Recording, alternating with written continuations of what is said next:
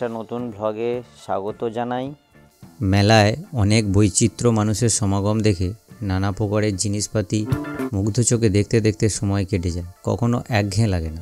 প্রচুর ভিড় মেলায়, আমরা ভিড় কাটিয়ে ভিড় ফেলে যাচ্ছি।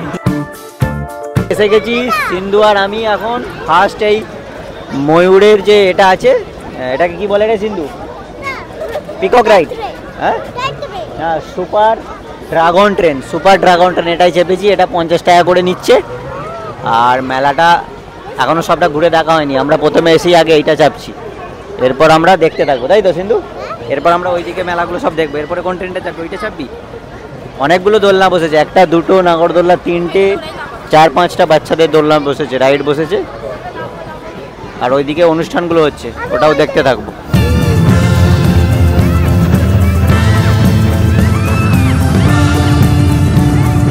মেলায় যারাই আসে সবাই নিজের মতো করে আনন্দ খুঁজে নেয়। কেউ খাবারের আয়োজনে আনন্দ খুঁজে পায়, কালীমাতার স্পেশাল পাঁশকুড়ার চপ, এই যে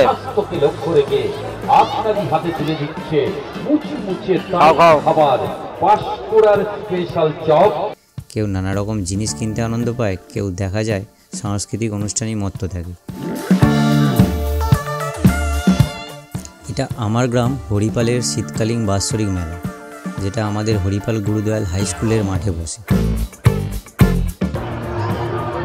এটা আমাদের সেকেন্ড রাইড।